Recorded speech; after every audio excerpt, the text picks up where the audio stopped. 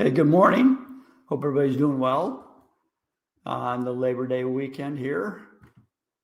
Kind of a sad day for me. Just found out just a little bit ago. Jimmy Buffett died last night. I was always a big fan of Jimmy Buffett's. Always pretty much try to hit a concert just about every time he came through town. So yeah, that was kind of sad, but I hope you're all doing well and going to enjoy the weekend. Today, we've got just a few different topics. Of course, we're going to, again, talk about Schwab. This is the big weekend. So basically, right now, it's in the process. So Tuesday morning, when you get up, everything's going to be moved over to Schwab. So if you go in your TD accounts and there's nothing there, don't freak out. I didn't pull a Bernie Madoff on you and take off with money or anything. Just moved over to Schwab. So I've done my best to try to let every client know this was going to happen. But, you know, I always know that there's people who just don't really read the correspondence or the emails or ever watch these videos, and you know they're getting stuff from Schwab too. I'm hoping I don't get a panic call on Tuesday that where's my money, something like that. But I'm sure I probably will. Okay, so let's jump in real quick to the presentation.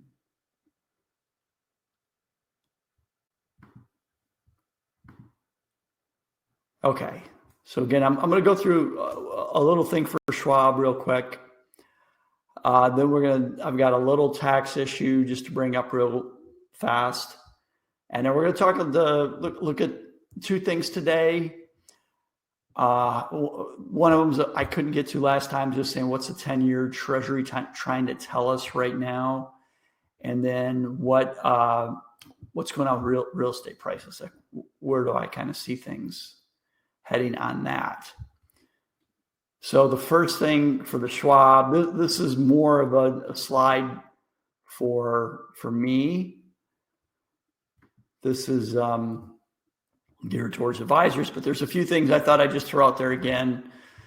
So the big thing for most of you, if you're married, you're probably going to get or have to have 2 logins as opposed to one, at least at the start. They're doing everything based on Social Security. I don't think they're going to have the householding part up to snuff right off the start. So if you want to log in and see each other's accounts, we'll probably have to do that after the fact. And it might not be like right away either. And they've been trying to prep me that, hey, the first week, expect long wait times for any correspondence that you might have. So I'm not planning to do too much the first week because I know it's probably going to be pretty crazy. I am asking that you go through and look at the accounts though. You know, for me to go through everybody's account and look at every field, that would take me a long time. But if you go in and you see something that's off about your account, phone number, email, anything like that, just let me know. And then we'll try to get all that figured out. So some little things that maybe might or might not affect you. I've got them kind of arrowed out here. The first one's just IRA contribution distributions. So, you know, I've recorded everything that's been done up until yesterday for anyone who made contributions to an IRA or Roth IRA, as well as distributions. So that's going to be anybody that's taken a distribution or required minimum distributions from their accounts. That's not getting pulled over to Schwab. So that is something that, again, hopefully I'll have all that taken care of. But just note that that's going to require us to kind of, okay, how much do we do through September 1st? And then how much do we do after? Just to make sure we're there. Third-party direct deposits. This doesn't affect too many people. Usually when I'm doing transactions, I'll do it through the TD platform. So we basically go into TD, we do a form, we link your bank accounts, and then TD is the one that's controlling it. But there are a few people who, I've got some clients that have simple IRAs or other plans where the company sends in an electronic deposit from their own bank account. So it's not pulled by TD. It's pushed by the bank that the company has as their banking. So those are going to have to be redone. That's definitely going to have to be redone. Now, I think I've identified everybody, and I'll reach out to those that impacts. But we do used to have a 90-day grace period so that if these contributions continue to come in for the first 3 months to TD, we can move those over to Schwab. But after that, we've got to have that all set up. Another thing, statement bundling. This is actually probably going to be a good thing. Rather than getting a paper statement for each account at TD like you do now, Schwab does bundle these according to your Social Security number. So you'll get one piece of mail with the statements. Now, I know some people, for whatever reason, it was about 8 or 9 months ago, TD Ameritrade switched everybody back to paper. I don't know why they did that. And it used to be I could set you up on electronic statements. They cut that off from the advisors as well. I don't know if it's part of this migration or not. So there are a lot of people who are getting paper statements that don't want them. If that's the case, as soon as this migration is done, you can go into your Schwab login and turn off the paper statements. So you only get electronic statements. If you have questions on that, let me know. If you want paper, you're going to get paper. And the nice thing is they're going to bundle it. Excuse me. The last one, and this one has kind of little effect on people, tax withholding elections. Schwab is not nearly as flexible as TD Ameritrade was. TD let us set a percentage for both federal and state. We could do a couple different states if we wanted to. There was a lot of flexibility in withholdings. We could do it based on a dollar amount versus a percentage. So it gave me more ability to understand the client's tax situation and be able to do a more appropriate withholding. Well, Schwab's basically hey, here's your federal withholding, here's your state. And there's not, I don't think on the state we can set anything other than what the state requires. So if we think that you might want to withhold more or withhold less than what the normal state mandatory withholding is, I think we're out of luck on that one. The federal, we can still set it to different percentages, but I think they start off with a flat 20% for any distributions. So that's the last thing. We'll see how this transition goes. I hope it goes okay, but there's always going to be something. These things are never perfect. Okay. I'm bringing this up because I've talked about the new Secure 2.0 plan. I might go through that again as that approaches the 2024 start. It has a lot of little impacts on retirement savings. So the Secure Act focused on that. Now, just this week, they extended one of the provisions. They gave a 2-year extension. So it was set so that next year in 2024, if you're over 50 and you want to do a catch up to your retirement plan, a 401k, 403b, 457, anything like that, if you made more than $145,000 in the previous calendar year, they were going to force you to do the catch up as a Roth contribution and not a traditional contribution. Why does that matter? Well, a Roth, I mean, it's great. You can still save extra for retirement, but the Roth is going to subject the person to taxes in the current year, so that, $7,000 that you do for catch up, you're going to be taxed on that during the year. So they're trying to hit people in the higher tax brackets to basically force them to pay the higher tax rates now. And then you've got the Roth, so you don't pay tax later in life. So that was set to go in place in 2024, the start of it, but they extended that for 2 years. So this provision of the law is not going to take place until 2026. So if you do make more than 145K, you're over 50 and you want to do catch up, you can still do it to a traditional 403, 401, 457 and get the tax break now, at least for 2 more years. So I just thought I'd let everybody know about that. So far, no other provisions have been extended or delayed. So this is the only one that's happened yet. Okay. So, excuse me. So, I've said on multiple occasions that what you really want to be looking at is the bond market, not the stock market. The stock market's sexy.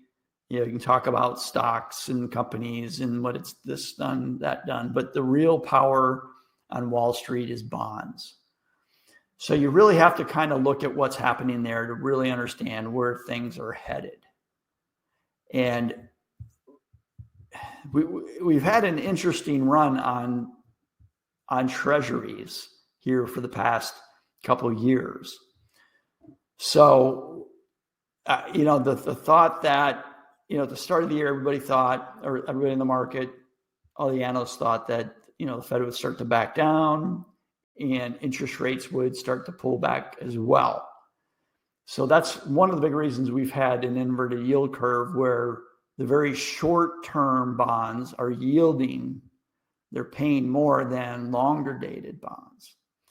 But we're starting to see bonds continue to struggle here. And the reason is, what's behind that? And it's important because it has a massive impact on everything economic. All loans are directed by that. So mortgages, business loans, your credit cards, all of it is driven by these rates. And just, eventually it comes down to if you have a choice as an investor between equities with the risk or getting a higher yield on a treasury, why not do that?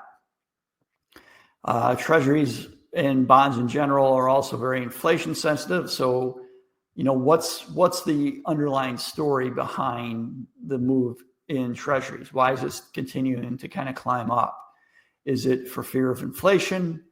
Is it something external? Is it the downgrade that we had recently by Fitch's, where they took us from AAA to AA minus? Is that what's doing it? Is it the amount of debt that we have and the interest payments? Well, nobody knows for sure right now, but we do kind of see that we're breaking a really long-term trend here on the 10-year. So at this point, how far could it go up?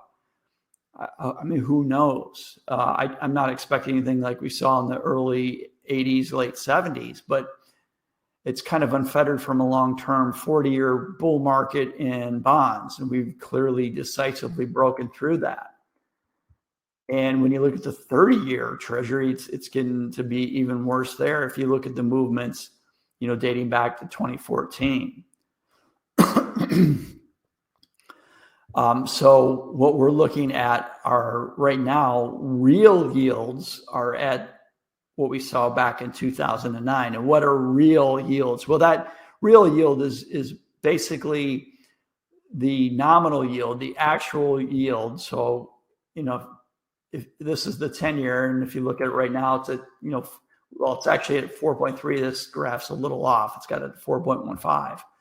So let's say the 10-year is at 4.3. Well, then you factor in what are the inflation expectations that the market sees. So the nominal yield at 4.3 minus the inflation expectation is what you're getting for real yields. So real yields means real money in your pocket. So right now the 10-year is basically paying you about 2% after inflation, or what inflation expectations are, I should say. But you're getting a 2% yield. And you can see we haven't been anywhere close to that for a long, long time. So, bond investors can actually get somewhat of a real return here on their money at this point. And that does play into the whole calculation on should you invest in stocks or look at bonds. So again, real interest rates adjusted for inflation, and gives you an idea of what your purchasing power is if you get that interest. Now, what's interesting though is even right now though, despite the fact that real yields have gone up, and it's this is a busy chart, but the black line and the yellow line are the real yields for the 5-year Treasury and the 10-year Treasury. So you can see that both at the 5-year and the 10-year, you're getting an actual decent positive return after inflation expectations. But right now, investors are very short bonds. So the orange and blue line are inversely correlated. So it's an inverse. It's trying to show you that there's a lot of people who are very short bonds right now. They're betting that bonds are going to continue to lose value. And you have to say, well, why? Why is that? Why do they expect interest rates to continue up? And it's honestly not something that's just hitting the United States. It's something that's starting to hit all of the global markets, global bond markets. So, what's really happening here? Well, I don't think it's necessarily even higher inflation expectations. The market, what this does is it looks at the 5-year Treasury and then creates a 5-year forward inflation expectation. So right now, the market is really only expecting about a 2.4% inflation rate over the next 5 years. Now, I think that's probably really low. I think the market could be off on this, but this is a lot of individual participants who look at all the data, very sophisticated bond investors, and that's what they're expecting. So they're not expecting enormous inflation here. It's not as if bond yields are going up because we're expecting 3, 4, 5% inflation over the next 5 years. The market's really pricing in 2.4. So it doesn't necessarily explain it unless the people who are actually putting the money out for the bonds are the ones who are thinking there's more inflation. So the expectation rate isn't necessarily people who are invested in the bonds, but it's just a measure of what all the different participants think that inflation is going to do. I think one of the big reasons is we've got just a massive amount of borrowing coming up here. Just in this quarter, they're going to borrow $1 trillion. And that's about $274 billion more than they had estimated just a few months ago in May. So we're starting to see this issue now that the government is just borrowing just massive amounts of money. So it's not necessarily inflation, but it's more along the lines that just supply and demand. If they're gonna supply tons more bonds, then in order to create that demand to buy the bonds, you've got to increase the interest rate. That's a simple Econ 101. This gives you kind of a look at the deficits and really, if you pull out obviously the COVID spending, we're still looking at deficits that are just unbelievably massive, and they're only getting worse.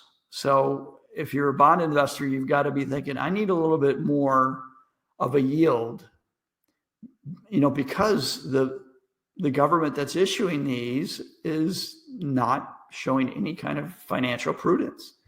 So you're starting to wonder, is it really worth investing at a lower interest rate? And really it isn't. But the other thing too is we're starting to see foreign governments dump U.S. treasuries as well. Now, is it back to the fact that we're spending like drunken sailors? That could be it. Is there something underlying that? This chart gives you, kind of breaks out between China and Japan as far as their holdings of treasuries, and then everyone else. So everyone else is the white line, Japan's yellow, and China's red. But you can see it's not just China that's dumping treasuries, it's also Japan. Now, there could be reasons for this that have nothing to do with our spending, but more along the lines is, are they in trouble? So remember, both Japan and China have a trade surplus with us.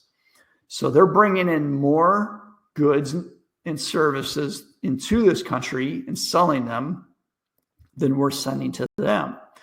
So basically, they make more money. Let's say, they bring in their surplus is $500 billion. Well, they've got $500 billion they have to put somewhere. They could put it in gold. They could put it in a variety of different assets. But typically what they want to do is they want to have dollar-denominated assets because the world trade is dollar-denominated, U.S. dollar-denominated. So usually what they do is they park it in treasuries, which is seen as a proxy for U.S. dollars. So why would they be dumping U.S. treasuries right now? Well, part of it is it could just be that they're starting to really, in China, they're starting to see some serious issues over there. So all of these savings they've been building up over the years due to their trade surplus, they now need to use it because they're facing some serious issues. And this chart just kind of gives you an idea of how big the residential property market was in China relative to other countries. And it compares it to their fixed income or bond markets as well as their equity markets. So you can see in the United States, our fixed and equity markets are still sizably more than what our residential property is. And that pretty much goes for all. Yeah, well, for us, we're probably the only one where, Japan also has it where their bond and stock market's worth more, but the UK and Australia, they also have a higher value of residential property than stock or bond. But it's that difference is nowhere near what we're looking at with China. So China has put everything into real estate. That's where the people have invested. So they're now starting to struggle. I don't know if you've been following any kind of the news stories for China, but some of their biggest lenders for residential real estate are going under. Evergrande, which we've been talking, that's been in the news for about a year now. They finally went to Chapter 13 bankruptcy here in the United States. So they're basically bankrupt, and there's a couple other really big ones that are facing the same situation. So really, you could argue that China is almost in kind of a 2007, 2008 situation with real estate where they're at. And so maybe that's one of the reasons they're dumping that. And it could just be that, their economy is starting to struggle. So I'm going to show two graphs here. But the first one shows you the real yields for both the China 10-year bond and the United States 10-year bond. So these are basically the treasuries or government bonds for both of these countries. This is from 2010 to 2020. So you can see that the Chinese real yield, so again, real yield is after inflation expectations. They were providing a much better real yield than the U.S. bonds were. Now today, their real yield is extremely low compared to ours, or their yields are. What that might be saying is people are expecting deflation in China, and deflation is usually associated with some sort of recession. So both investors in their bonds and then the fact that the government itself is selling treasuries probably tells you that there's something afoot in China that doesn't look good, and it's going to be an issue. So China is spending their surplus in order to basically help their economy out, and then the investors in both of those, investors in Chinese government bonds are also bailing because they start to see some recession coming on the horizon. But it's not just countries that might have issues. Oh, and I didn't have a slide here, but Japan's got some serious issues too. There's actually starting to see some inflation. So their bond market has had some issues because of the inflation.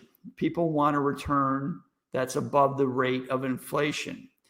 So if Japan starts to experience inflation for the first time since the late 80s, early 90s, the bond yields, people are going to want a positive return. So bond yields have to go up. Now, if bond yields just go up on their own, that means the Japanese yen, the currency itself, is going to sort of crash. It's going to go down relative to the US dollar. Those are kind of inversely correlated. As bond yields in Japan go up, the strength of their currency is going to go down relative to other currencies. So Japan's in kind of a tough spot that they have to prop up their currency because they try to, to keep this inflation under control. They need to make sure they have control of their currency, but yet they have to protect the bond market. So that's another reason why they're selling some of their treasuries. They're using some of their surplus or their savings in order to prop up the Japanese yen. So will that work or not? I don't know, but that's what they're trying to do right now. But the bigger story, like Saudi Arabia, is a little different in that they're not really facing the same issue that China or Japan are. They're not so much worried about their economy at this point, but yet they're dumping treasuries. As I've said before, you don't really know the exact reason. This could be more of a geopolitical move. They might be moving towards China a little bit more, maybe coordinating with Russia and some other up and coming BRIC countries or emerging market economies. That could be part of it. Or it could just be that they look at the United States and say, you know what, these guys, they're just not managing their money that well. They're way overspending, and we think it's going to affect our investment, so let's start to reduce that investment. So jumping back, that the smart money is focused on bonds, the dumb money is the stocks. And ultimately, this does have an impact on the stock market. So this graph just shows you a correlation between the US 10-year Treasury, and then this is, in this case, the NASDAQ. So at some point, there's a pretty strong correlation, and it goes back even past, I can only find a graph going back to 21, but really it's going to be a lot longer than that. So there's either a deviation here. Either bonds are going to rally up, or we're going to see kind of the NASDAQ come down, one of the two, if things hold traditional correlations. Again, I think the smart money's in bonds, so they're telling the right story, whereas stocks probably haven't caught on to that story yet. So it does have an impact even on stocks. And another interesting graph is, for the first time, the 30-year real yield. Again, the real yield is after inflation expectations. The real yield on the 30-year is now well above the S&P 500 dividend rate. So if you're looking for income, actual legit income, does that start to pull people away from the S&P 500 towards treasuries or not? It could. Okay, so we'll have to wait and see what really is going on with bonds as it progresses and continue to see, is China and Japan dumping because of their internal issues, or do they see us as nothing more than drunken sailors on leave? For Saudi, is it the same? Do they see us as drunken sailors, or are they saying like, look, we're moving away from you completely? We'll find out. The last thing I just want to talk about, just briefly, have some clients questioning about home prices. So it's sort of a conundrum. We've had interest rates, mortgage rates go way up, but yet home prices haven't really moved that much yet. So they're asking, like, what's going to happen? I mean, am I stuck here? Because there are still people that are looking to move. Maybe they're retiring. Maybe they're just relocating. And it's a horrible time because the home prices have stayed way up. And now if you're going to finance at a 7% mortgage compared to a sub 3%, it has a massive impact on your personal finances. For every 1% in increase in mortgage interest rates, you lose about 10% of affordability. So this does have a big impact. And what's going on? Why aren't we seeing home prices come down at all yet, despite the increase in the interest rates? Excuse me. It's always the time you forget to get water is when you start needing the water, you start coughing. Anyway, so the current home price in the United States right now is at $416,000 as of the second quarter of 2023. So this is as of the end of June. Now, just 2 years ago, same period, it was only $315,000. Now, part of it was COVID. Interest rates just dropped down to next to nothing. There was COVID payments coming into people, so a lot of people had cash that they wanted to deploy in some fashion, whether it was stocks or bonds or real estate.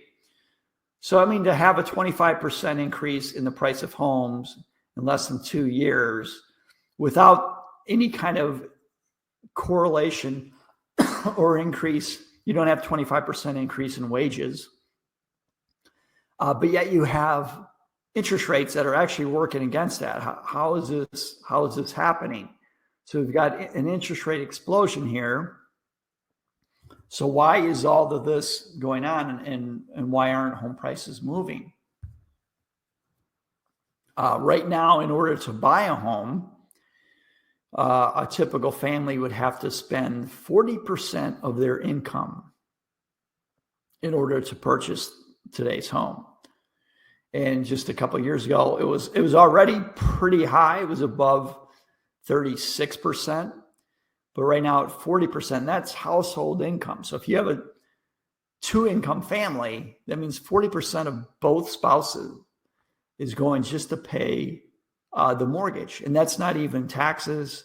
That's not the insurance. And then of course it's not the other expenses. This is just clearly pretty unsustainable. Right now, if you look at the value of a home relative to income, so what's the multiple of home price versus income? It's off a little bit off the all-time highs, but not much. I mean, you're still looking at about 4.4 times income to buy a house. At the peak of the bubble back in 2006, it had just breached the 4-to-1 home value to income. So remember, we're looking relative. Incomes have gone up over time. Home prices have gone up. This is just your home price relative to incomes. So it's clearly just ridiculously expensive. In order to get back to the average, you'd have to probably see home prices decline about 30% just to get there. And just to put it into a basic real numbers, if you took the case Schiller index, which looks at mortgages and home prices, the pre-pandemic home price at say 400,000 is now at 572,000. And then what they did is ran mortgage calculators, assuming a 20% down payment. So if you were getting a 3% interest rate back pre-pandemic, and now you're looking at 7.3, 7.4, your difference in just your monthly payment, and this is just the mortgage, not taxes. It's also not going to be the home insurance. A couple years ago, you're paying $1,349 a month. Now you'd be paying $3,161. So it's clearly an unsustainable trend, but the only thing that's been keeping it is inventory has been low. Inventory's been extremely low. So you don't have a whole lot of opportunity to purchase. But the other thing is, even with low inventory, you're starting to see that people aren't even going after what low inventory is there. But when you go out there right now and you listen to the experts, the housing experts, the NAR, all these folks are saying, we don't think that prices are going to adjust down because of the inventory. I mean, they're only looking at today. It's like they're looking down at a small wave when there could be a tsunami or a huge wave approaching the shoreline. And that's, the first step of that could be creating a situation where home prices are going to see some issues. The first one is just looking at the mortgage rate versus the 30-year Treasury. It's at an all-time high. So right now, the gap between what the mortgage rate is and what the 30-year Treasury is higher than it's ever been. And usually, if you look at the other peaks here, what do they have in common? They have recessions. What that really means is you have situations where the banks slow the lending. Banks aren't willing to lend out at more of a normal gap between the 30-year and mortgages. So they're demanding a higher mortgage rate. They want more money compared to what the 30-year Treasury yield is. So banks are tightening up. That's what it tells you. So when banks tighten up, even the inventory that's out there right now, it's going to be tougher to sell that because you're just not going to have access to capital. The other thing there's three other things that I think are going to have a massive impact on housing, or could have a massive impact on housing. The first one is private equity. So you may have heard in the past how these private equity companies have been buying up hundreds of thousands of single-family homes. So BlackRock, Blackstone, all of these private equity firms have been going into real estate. So, what is private equity? Now, traditionally, private equity, what it does is it comes in and looks at privately owned businesses. And what they try to do is they buy these businesses and then make them, more efficient, or essentially increase their sellable value. So they come in, a private equity might come in and buy a private firm or a private company, and they're going to try to make it leaner and meaner. So pretty much when private equity buys a company, the first thing they do is lay people off. That's usually what you see. So the private equity is trying to just improve the revenues and profits so that they can then either resell it to another private equity or another investor, or they could take it public. And private equity will typically buy lots of companies and sort of package them together to make them, send them off into an IPO and make them a publicly traded company. So they buy all these companies and then hope that they can just find some cost savings clean up the balance sheets a little bit, and then send it off. Now, in order to do this, private equity uses a massive amount of debt. They're a highly leveraged investment. Usually they'll have maybe 6 times as much debt as they do equity. So it's very, very interest rate sensitive. These are very levered companies. Now, they have done okay in the past because the cost of capital, their cost of debt was so low.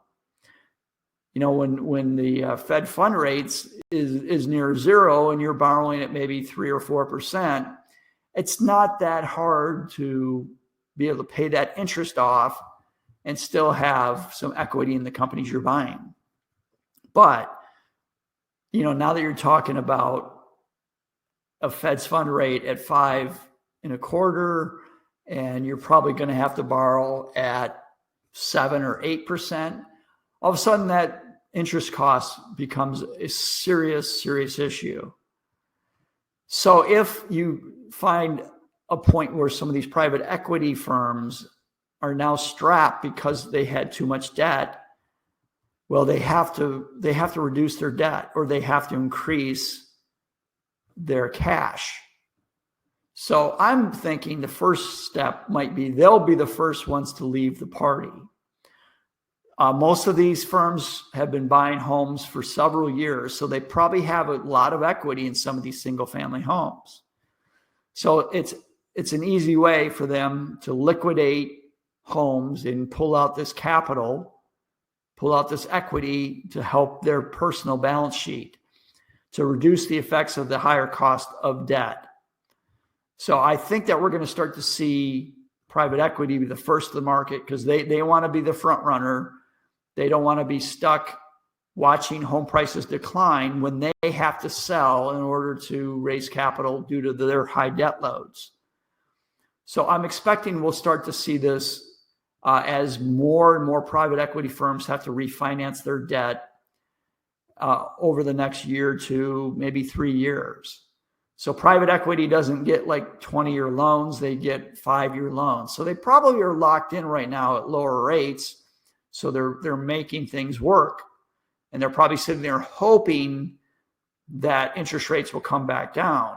But if they don't come back down, they're going to have to start selling these properties. And they're probably going to do it before, you know, mom and pop do it. So that's the first one. So we could see thousands upon thousands, you know, they own an ungodly amount of homes right now. So even if we see a small percentage of these come back onto the market, that's going to increase the inventory. The other one is just, you know, if we do experience a recession, you know, nobody is pricing this in, but historically, as unemployment rises, home prices decline. Now, this only looks at the bubble from basically 03 to 09. So you can say, well, that was due to exotic mortgages and all that good stuff. But no, really, the moment unemployment started to go up, that's when you started to see home prices start to decline. And again, what did we have back in 06? We had it where it was homes were selling 4 times incomes. We had people spending close to 40% of their income on housing. So the same as we see today, everybody can talk about the exotic loans, all that stuff, the ninja loans, the no income, no job loans, all that stuff. That was a little bit of fuel for the fire, but the fire was going to happen no matter what. Okay, so what do we have back in 06, 07? We had interest rates going up. We had already extremely tapped out consumers on housing, 4 times income, almost 40% of their income going towards their mortgage. And then we saw unemployment tick up. So if you put those things together, that's when we saw home prices come down. So we have all of those elements in place right now, except the unemployment. But I'll talk about unemployment in the next session. But The unemployment numbers aren't as good as what they've been leading on. Yesterday, they released unemployment figures. The figures for the month of August were not bad. They were actually pretty good.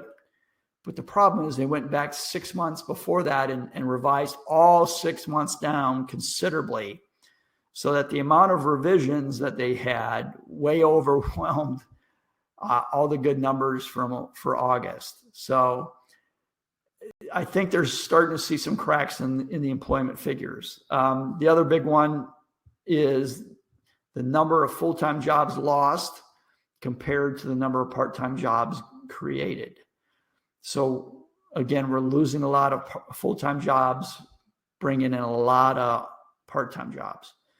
So if we see unemployment tick up, if you're in a family that's spending 40% of their income or close to that household income, and one of the spouses loses their job, now all of a sudden you're spending a lot more of your income, maybe 60, maybe 80%. It becomes unsustainable. Now, the good news is people who have bought homes that maybe lose their jobs and now they're unaffordable even at the lower rates because so much of their income is going towards housing.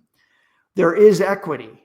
There is equity. It's not like 2006 when people had no equity and they just put the keys in the mailbox and walked away. There is actually equity in the homes. So if you get laid off, you might at first try to say, well, you're optimistic, let's find another job. But if that doesn't happen right away, you look at, all right, I've got 100,000, maybe 200,000 in equity. I'm going to sell. I get that out. That kind of buoys our personal finances.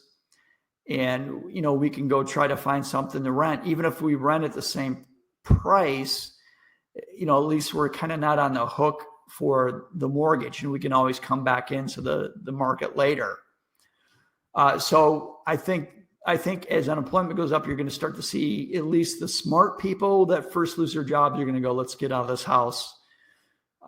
So I think we're going to see an increase on that as well. So unemployment, if it ticks up, we're going to see that increase the inventory. Private equity, once their debt starts getting reset, I think we're going to see more inventory. And then the third one, I don't have a slide for it, but it's Airbnb. We've had so many people buy Airbnb properties over the past 5 years. I mean, it's ungodly, the number, the explosion. I meant to get a slide for this. I just totally forgot it. I wanted just to show the Airbnb and VRBO listings, the number of homes that are in there. They've gone way, way up. Now they're doing okay right now. The only reason I think we haven't gone into recession is the service economy is held up. A lot of people are still going to restaurants. A lot of people are still traveling. They're going to hotels. They're renting cars. But a lot of that is built up demand from being stuck in your house from COVID. So as things normalize there, I think you're going to start to see these Airbnb people under severe pressure. And there are already areas that have got too much Airbnb, and they're really starting to see some issues. Nashville, Tennessee, Seaverville, Tennessee, out Smoky Mountains. Austin, Texas is really starting to see some problems with this. There's cities in California as well that have experienced it. Phoenix, Las Vegas, of course, those are always two of them. Some parts of Florida are also seeing these issues. A lot of people had lots of Airbnbs down in Fort Myers, and then the hurricane came through. So there are areas where Airbnbs have really become a prominent part of the real estate market. And as these people start to realize they're not going to get the rents that they want, they have two choices: either make it a long-term rental, try to find somebody that can rent it long-term, or you sell it. And if you do have equity in it, which a lot of them do, you just think, well, let's sell this thing, let's get rid of it, let's pull this equity out. So the question becomes, it's almost like the musical chairs, who's going to be first there? which parties are going to start to go. But I think we're going to start to see inventory come up quite a bit. And if interest rates stay where they are, and it looks like that they probably will be staying where they are for a while because they're still continuing to climb. We can see that because of foreign governments dumping treasuries, just the massive amounts of treasury issuance right now by the federal government, that provides a serious tailwind to keep rates up where they're at. The only thing that's probably going to bring them down is if we go into a severe recession and the Fed is forced to cut rates. So even if rates stay where they're at and we start to see some of these trends, whether it's unemployment, private equity, or Airbnb starting to feel it, you're going to start to see that inventory come up. And with interest rates where they're at, you're going to start to see home prices pull back. And again, I can't tell you if it's going to happen in 3 months, 6 months, or a year. But you have to kind of, it's like Wayne Gretzky said, you don't go to where the puck is, you go where the puck's going. And everybody right now is saying, oh, well, homes are going to be fine because there's so low inventory. But that doesn't mean that inventory is going to stay that way. And I do think that bond rates are going to probably stay pretty close to where they're at. Even if we go into a mild recession, I don't think the Fed's going to go back down to the 0% because they saw what happened when they do that, the eventual outcome. And they're going to be fighting inflation. So if you're looking for a home right now, if you're thinking of buying, I know it's kind of stinks to rent. You might want to have your home, start nesting, all that. But I think if you give it some time and rent, let's see what happens. I think you're probably going to get some pretty good pricing, or much better pricing than what we've seen previously. Okay, so I'll just finish off as I always do with the lawyers say hello. Please do your own research, blah, blah, blah, all that good stuff. And let's see, do we have any questions whatsoever? It doesn't look like it. Okay. I don't see any right now. So that said, if you have questions, please let me know. This presentation, a lot of it came from questions from you. I always try to, if I get a couple questions from clients, I know that pretty much everybody's got that question. So I appreciate all the questions that you send to me. Other than that, have a beautiful Labor Day weekend. Enjoy it. The weather, at least up here in Maryland, is really fantastic. So hopefully it's nice where you're at as well. So take care, everybody.